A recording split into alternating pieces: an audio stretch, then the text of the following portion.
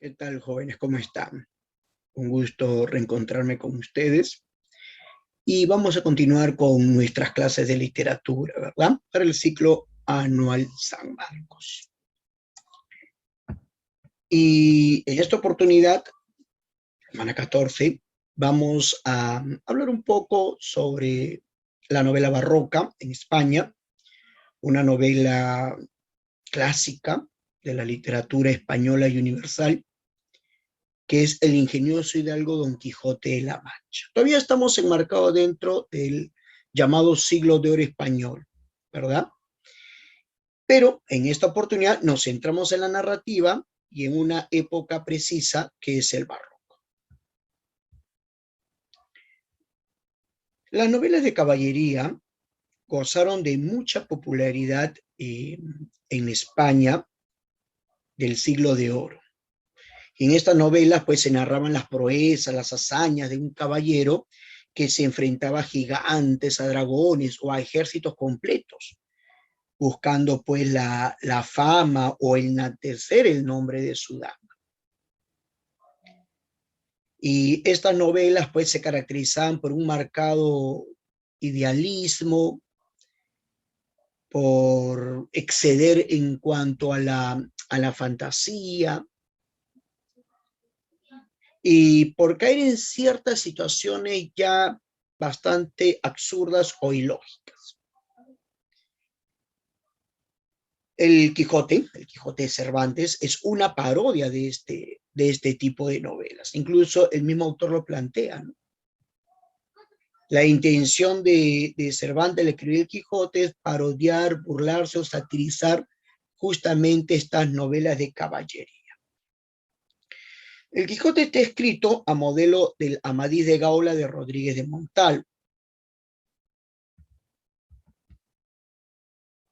Objetivo de nuestra clase, vamos a caracterizar pues la novela de la Edad de Oro español, la novela barroca, y analizaremos el ingenioso hidalgo Don Quijote de la Mancha a través de algunos fragmentos, ¿no? Característica de la novela de caballería: presenta un héroe, ¿no? Este héroe que solía ser un hijo ilegítimo de padres nobles desconocidos y que tenía que hacerse de un nombre, de una fama, y ser merecedor de ese nombre. Y como habíamos mencionado al inicio, se enfrentaba a situaciones bastante, pues, sobrenaturales, diríamos, ¿no? El Quijote, que es una parodia de la novela de caballería, el narrador justamente comienza mencionando con inexactitud su origen, en un lugar de la Mancha cuyo nombre no quiero acordarme, ¿no? Una manera paródica, satirizante, justamente en cuanto a la presentación del héroe, ¿no? Del cual desconocemos pues su origen con precisión, pero que tiene que ganarse una fama. El narrador está en tercera persona, a veces se debe entender que estas historias son falsas traducciones de libros hallados, escritos ya sea en distintas lenguas como latín, griego, alemán o árabe, y por ello emplea un narrador en tercera persona. En el Quijote, el narrador menciona que esta historia corresponde a una traducción que hizo un tal historiador musulmán llamado Sidi Hamete Benengeli. Y de alguna manera Cervantes nos quiere hacer creer de que la historia del Quijote es real, que hay una documentación. A partir del capítulo 9 de la primera parte, él solo está transcribiendo lo que este supuesto historiador musulmán hablan o narra sobre las aventuras del Quijote, ¿no? Por supuesto que sabemos que es un personaje ficticio, este tal Sidi Hamete Benengeli. El lenguaje culto y arcaizante: el ser el protagonista una persona que proviene pues de una noble cuna, utiliza un lenguaje culto, y como obviamente se contextualiza en un tiempo caballeresco, de la caballería andante medieval, es un lenguaje que justamente corresponde a este periodo o a esta etapa. Ahora, en el Quijote, el protagonista emplea ese mismo nivel de lenguaje, este nivel arcaizante, digamos, ¿no? Pero que tal vez en la novela de caballería se ve como algo elegante o distintivo de cierta clase social, aquí ya suena ridículo. Quijote dice cosas que nadie entiende y que a nadie le interesa.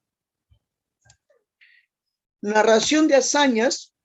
Los caballeros solían realizar grandes proezas, derrotar gigantes, vencer dragones, matar demonios, algunas veces ayudados por hechiceros o armas mágicas. El Quijote, como es una parodia de todo esto, la ficción realmente se da en la mente del protagonista. Vamos a decir, en la locura del personaje, ¿no? del Quijote, que en los molinos ve gigantes, en las ovejas ve ejércitos, en un bacín ve el famoso yelmo de Mambrino, y cree que el mago Fristón es su peor enemigo y que es el que interviene para que él no pueda concretar sus aventuras, a quien le echa la culpa, obviamente, de los daños de los que él sufre.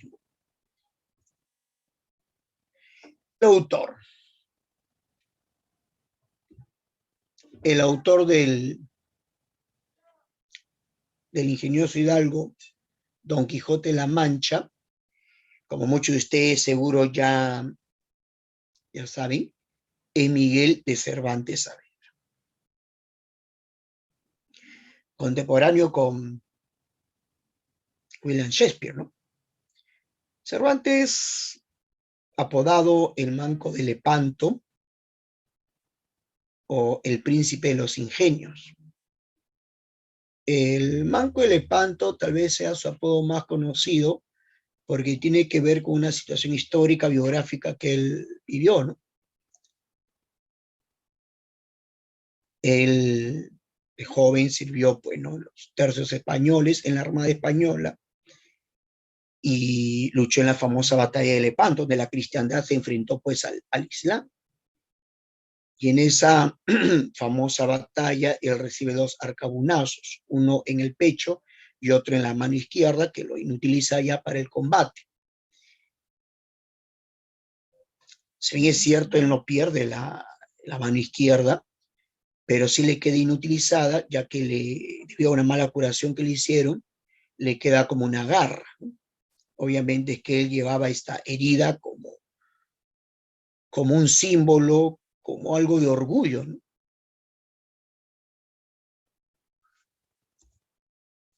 La vida de Cervantes, aunque no queremos entrar en tantos detalles porque para el examen no es tan relevante, digamos, pero tuvo una vida bastante novelesca, ¿no?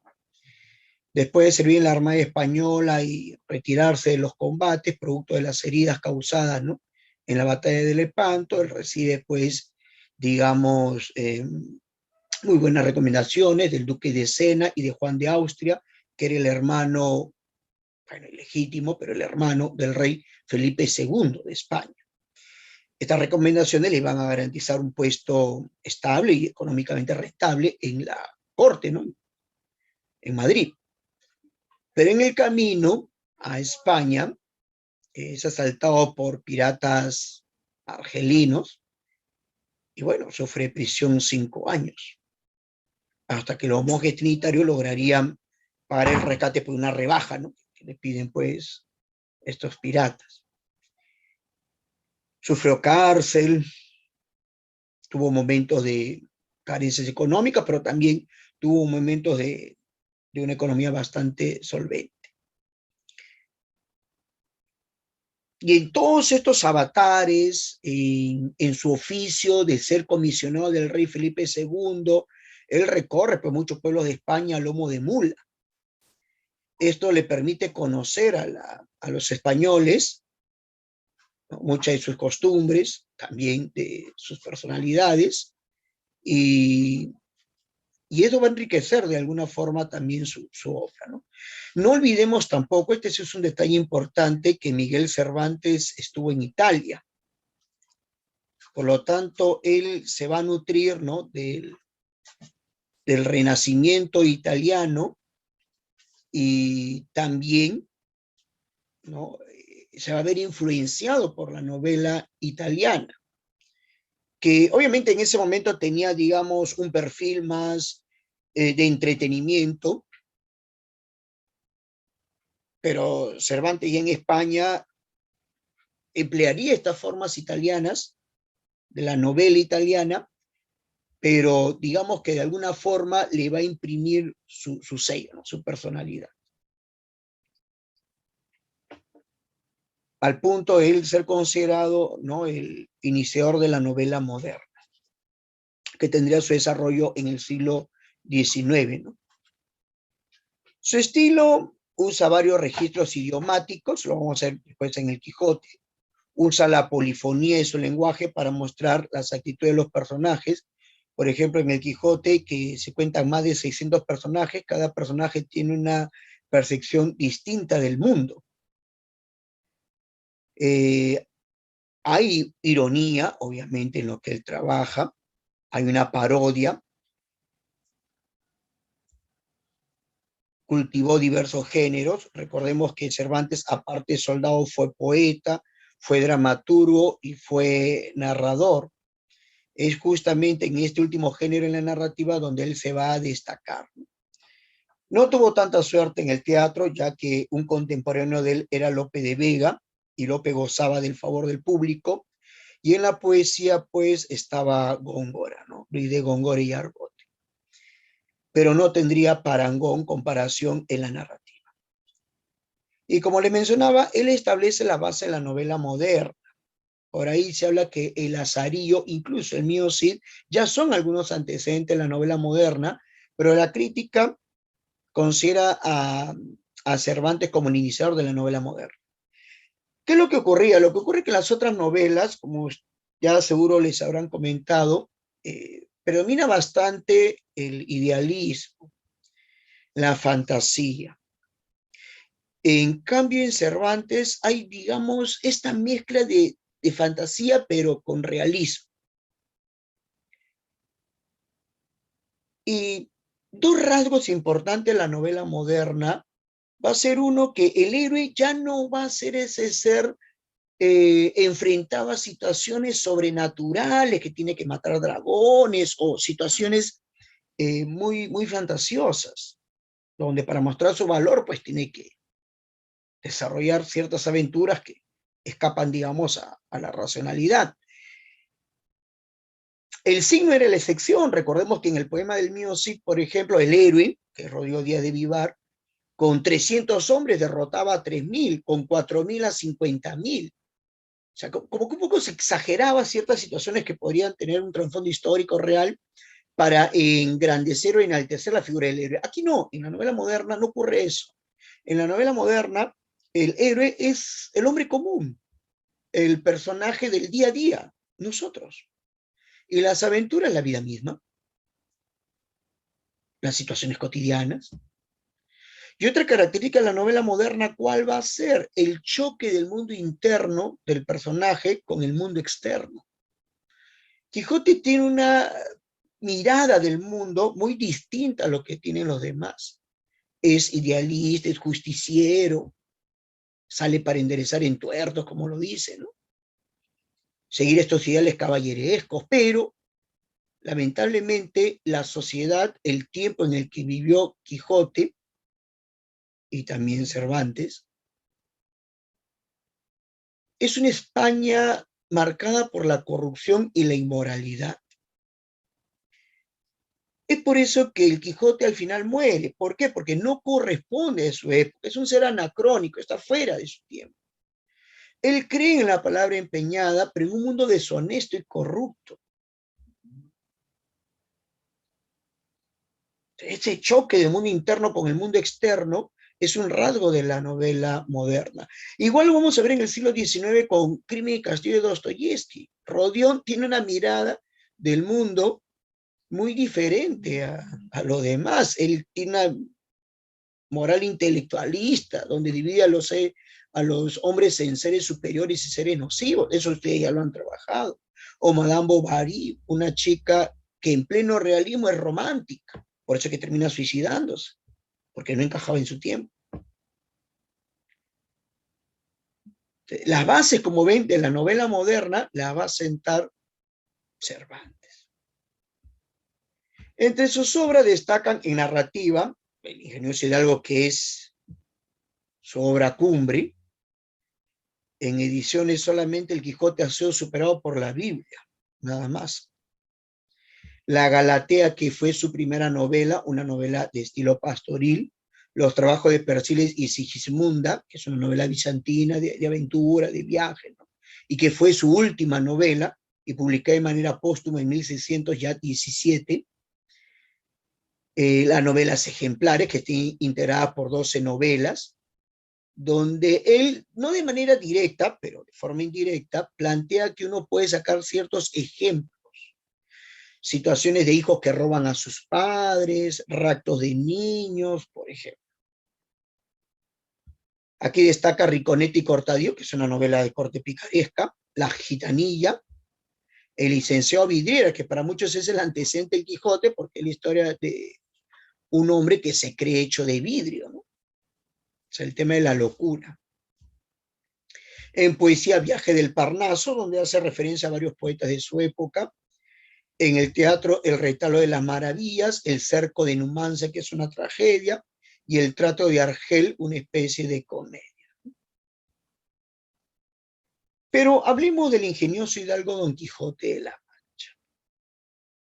Género narrativo, por supuesto, especie novela, novela barroca. Barroca, ¿por qué? Porque hay complejidad, tanto en la forma como en el fondo, en el estilo como en el contenido. Va a presentar oposiciones o claroscuros, que de ahí lo vamos a ver. Va a trabajar una técnica que es la novela dentro de la novela. Ustedes saben que en El ingenioso hidalgo Don Quijote de la Mancha, el cura lee una novela que es El curioso impertinente. O sea, dentro de la novela se lee una novela. Mezcla de géneros. Dentro del Quijote encontramos novelas de caballería, novelas pastoriles, la historia de Marcela y Grisóstomo, por ejemplo, ¿no? Novela picaresca, Ginés de Pasamonte. Por todo ello podemos decir que es una novela barroca, por su complejidad, por su estilo alambicado, enrevesado, etc. Estructura. Fue publicado en dos partes. En la primera parte, el Quijote tiene dos salidas. La primera, que duró 3 días, sale sin Sancho. Y la segunda parte, que incluye la tercera y última salida. Entonces, como hemos visto, Quijote tuvo 3 salidas, ¿no? Pero la novela fue publicada en 2 partes. La segunda parte la publica, digamos, a presión. ¿Por qué? Porque salió publicada una versión apócrifa, falsa, el famoso Quijote de Fernández de Avellaneda, que es un seudónimo, no se sabe quién fue. Y por la publicación de esta segunda parte apócrifa, espuria, falsa, es que él se ha obligado a publicar la segunda parte, donde convierten la novela en una novela cerrada, ya que el protagonista muere. Al morir ya no podemos continuar la historia. En cambio, la primera parte era una novela abierta, lo que permitió que este tal Fernández de Avellaneda pudiera hacer una continuación. Muchos se ha especulado sobre quién es este tal Fernández de Avellaneda, se habla de un clérigo. Cervantes estaba convencido de que el autor, para generarle daño obviamente, era su enemigo, ¿no? Lope de Vega, ¿no? Félix Lope de Vega. Pero como le digo, queda en el plano de la especulación. ¿Quién es este tal Fernando de Avellaneda? Que publicó una segunda parte apócrifa falsa. El tema principal es la lucha entre lo ideal y lo material. Lo ideal está representado por el Quijote, quien pertenecería al mundo del espíritu, como le dice, marcado por ideales nobles, ¿no? La justicia, la libertad, la defensa del débil. Como le digo, entra en el plano más espiritual Quijote. Cree en la palabra empeñada, en la honestidad. Y lo material, que está representado por Sancho Panza, no más ligado al mundo, pues, de lo perceptible, En un primer momento, Sancho sigue al Quijote por un interés material, ya que Quijote le había ofrecido hacerlo noble gobernante de lo que después sería la famosa ínsula Barataria, ¿no? Un lugar ficcional también. Y Sancho, pues en su simpleza, él ya pues alucinaba a un noble, su esposa una reina, sus hijas duquesas, ¿no? Etcétera. O sea, ahí hay un tema material, ¿no? O sea, más ligado pues al tema de los sentidos. Entonces, acá vemos estas dos personalidades encontradas, ¿no? El idealista y el materialista o pragmático. Temas secundarios está la amistad. Sí, es verdad que Sancho en un primer momento lo sigue por un interés económico, pero después ya no. El amor idealizado. Todo caballero dedicaba sus aventuras siempre a una dama. Y en este caso no fue la excepción, ¿no?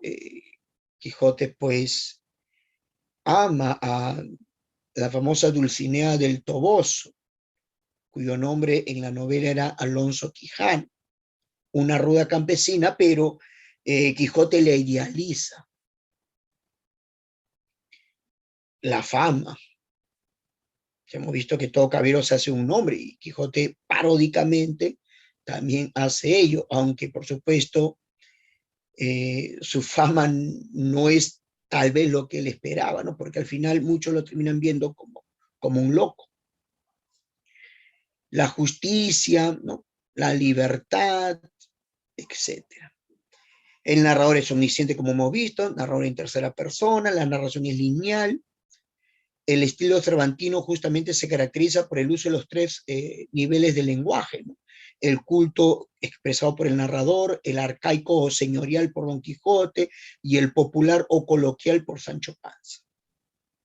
Hay oposiciones o también antinomias, como se le llama, realidad ficción, ser parecer, inserción de otras novelas, como les comentaba. Dentro de esta novela está una novela pastoril, novela caballeresca, novelas picarescas, ¿no?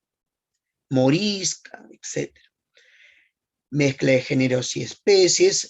Hay una parte donde se recita un poema compuesto por Grisóstomo antes de suicidarse, ante el rechazo de la pastora Marcela, ¿no? Encontramos también poemas. Y ese intercambio psicológico que siempre se habla en la novela, la sanchificación del Quijote y la quijotización de Sancho, que si bien es cierto, se evidencia al final. Nosotros sabemos que cuando Quijote va a morir, antes de redactar su testamento, él reconoce que es Alonso Quijano. Y deja un dinero para Sancho, ¿no? Por los servicios que le había prestado, y manifiesta de que se siente mal y le pide perdón por todo el daño que le había hecho a Sancho. O sea, recobre el juicio. Y niega al Quijote como un producto de su fantasía. Y Sancho más bien es el que le pide que no se muera. Y lo impele a que se muere porque quiere morirse. Y para que tenga más aventuras, que la princesa Micomicona. Más bien ahora él es el soñador. Pero esto es paulatino, no se da al final estrictamente. Hay una escena con el cura y el barbero Nicolás, ya en la segunda salida lo van a buscar, una venta que está hospedado. Sancho sale corriendo gritando, ¿no? Que su amo está peleando contra gigantes. El ventero, que sospechaba de qué se trataba, porque Sancho dijo que vio la sangre regada, entró corriendo y eran sus sacos de vino. Quijote estaba como sonámbulo, por supuesto. Y a Sancho le dicen, pero qué gigantes, hombre, ¿de qué está hablando? Y Sancho dice que vio rodar la cabeza de estos gigantes por sus piernas. Entonces uno se pregunta, ¿quién es el que está loco? O en todo caso, ¿quién es el que está fantaseando? ¿Quién es el que está llevando la literatura, esas historias ficcionales que Quijote leyó en sus libros a la realidad? Este proceso de quijotización y sanchificación es paulatino, poco a poco uno y otro van influenciándose. Claro, es marcado al final, eso es cierto. Aquí tenemos unas antinomias u oposiciones, por ejemplo, Quijote Salto. Sancho es bajo. Quijote es delgado, bueno, enjuto, extremadamente flaco, al punto que Sancho lo bautizaría con el sobrenombre del caballero de la triste figura. Sancho es obeso, es gordito. Quijote es idealista, soñador, justiciero. Sancho es materialista, pragmático. Quijote tiene ese habla señorial, ¿no? Arcaico, ese lenguaje caballeresco medieval. Por ejemplo, mire, la vuestra fermosura, señora mía, puede hacer de su persona lo que más le viniera en talente, porque ya la soberbia de vuestros robadores yace por el suelo derribada por este mi fuerte brazo. Ya nadie hablaba así. En cambio, Sancho dice, ¿no? Aquí encaja bien el refrán, dijo Sancho, de dime con quién andas, decirte quién eres. Ándase vuestra merced con encantados ayunos y vigilantes. Mirad si es mucho que ni coma ni duerma mientras que con ellos anduviere. Como dice el refrán, ¿no? Y el refrán es un elemento popular. Las antinomias. Vamos a ver algunos fragmentos, por acá un pequeño resumen. La primera parte del libro, como ya sabemos, tiene dos salidas, ¿no? Alonso Quijano enloquece por leer, pues, por esa obsesión obsesiva, ¿no? Excesiva de leer libros de caballería, ¿no? Y quiere imitar, pues, las aventuras de estos caballeros. Pero con bastante parodia, humor, ironía, porque recuerden que cuando él monta ya a Rocinante, después de pensar mucho, cavilar mucho, ponerle ese nombre de Rocinante, quiere imitar un poco a San Ignacio Loyola y le dice, ¿no? Que vaya por donde Dios nos lleve, ¿no? Y lo que hizo Rocinante es irse por donde había pasto, ¿no? Se parodia un poco todo esto.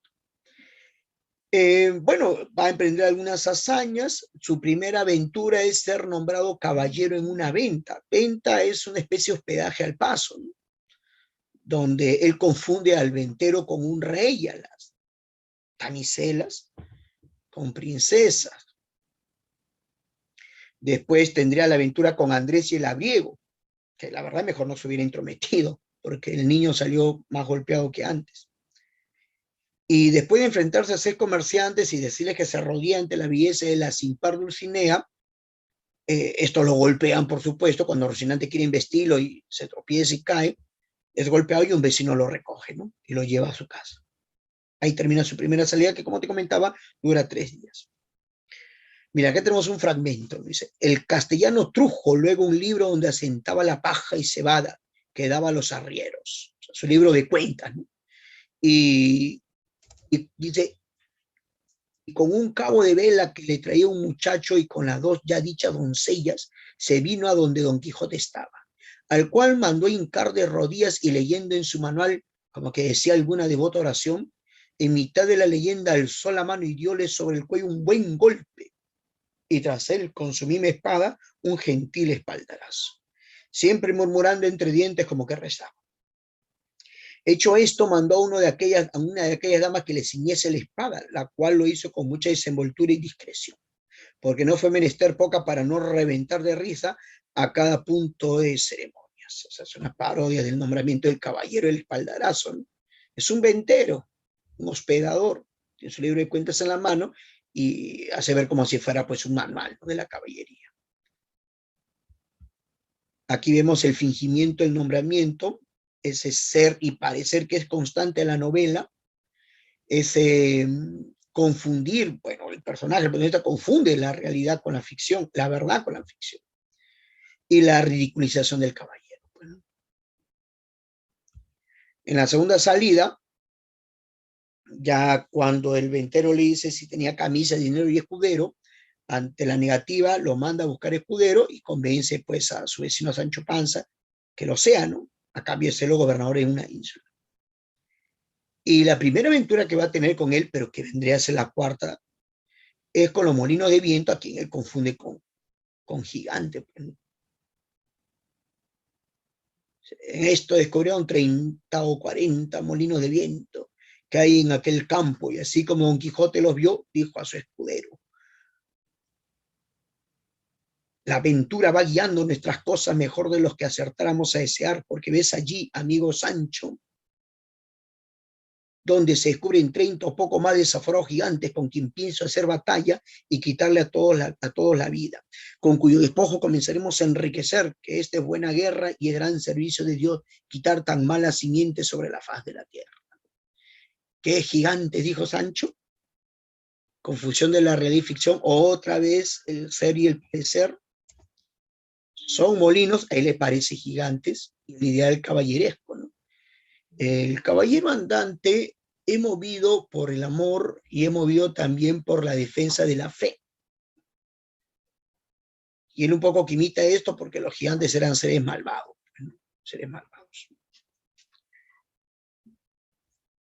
Bueno, esta aventura es bien conocida, ¿no? Por más que Sancho le dice que no, que son molinos, Quijote arremete con todo y obviamente sea un tremendo golpe. Y Sancho se le acerca y dice, señor, pues yo le dije que eran molinos. Y Quijote mira y dice, tienes razón, Sancho, son molinos. Hasta ahí uno pensaría, caramba, recuperé el juicio. Pero después dice, lo que pasa es que el mago Frestón ha convertido a estos gigantes en molinos para robarme mi fama, ¿no? Hay diálogos, como podemos ver, la polifonía. Ya en la segunda parte, donde está la tercera salida, él regresa porque el cura y el barrio lo van a buscar y lo traen pues enjaulado, producto de un hechizo, le hacen creer. Pero aparece la figura del bachiller Sansón Carrasco, ¿no? Quien comenta otra vez este juego del ser y el parecer, de lo real y lo ficcional. Le comenta que se ha publicado la novela del Quijote, las aventuras del Quijote. Y de alguna manera lo motiva a Alonso Quijano, que es el nombre del Quijote, a salir, ¿no? Sale nuevamente en busca de nuevas aventuras. Hay menos aventuras que en la primera parte. En la primera parte, pues, hay muchas.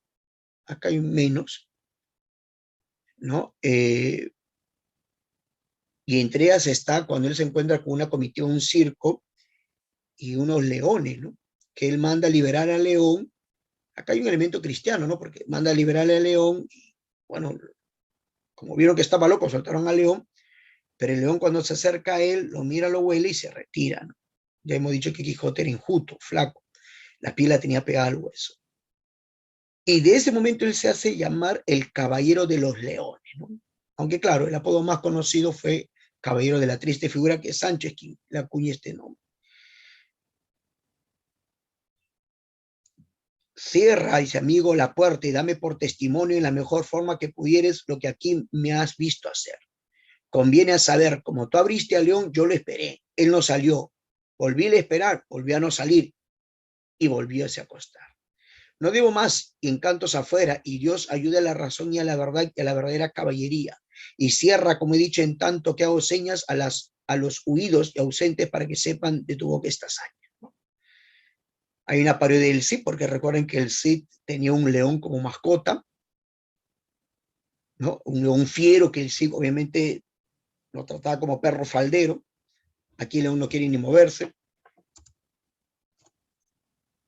Y ya en la tercera salida, después de tener algunas aventuras por ahí, como la famosa boda de Camacho, ¿no? Donde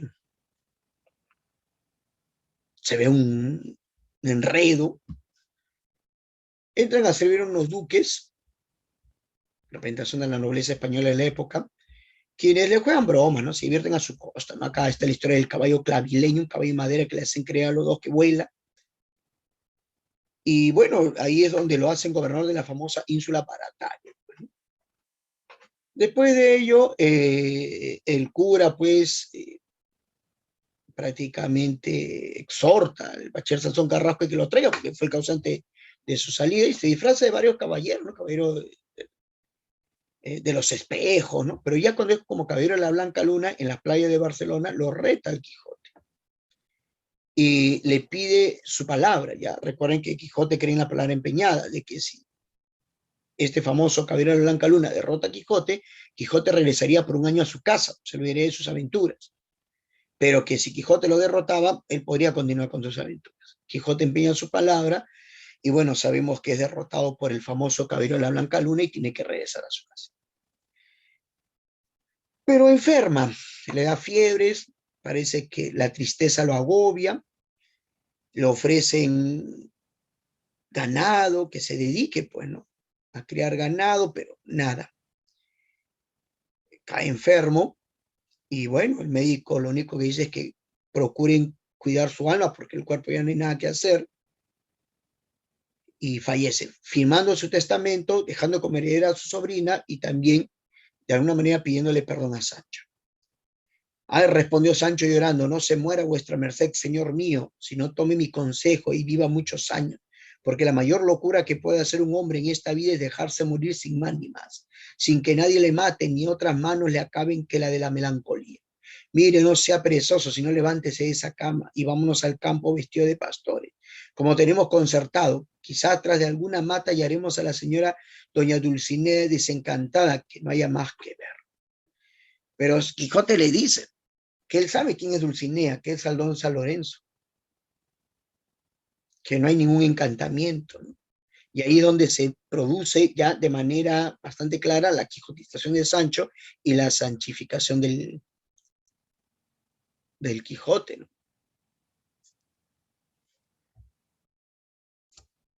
Muy bien, muchachos, hasta aquí sería la parte teórica. El Quijote, pues, a lo largo del tiempo ha tenido muchas interpretaciones. La novela fue revalorada, no tanto por los españoles, recuerden que la intención del autor era parodiar, burlarse en la novela de caballería. No sabemos si el autor Cervantes vilumbró que esta novela pues iba a tener el renombre que tiene ahora. Según sus biógrafos, él cifraba más sus esperanzas en su última novela, Los trabajos de Persiles y Sigismunda, pero fue revalorada por los románticos alemanes quienes vieron en el Quijote no a un loco, sino a un idealista, un soñador, un justiciero.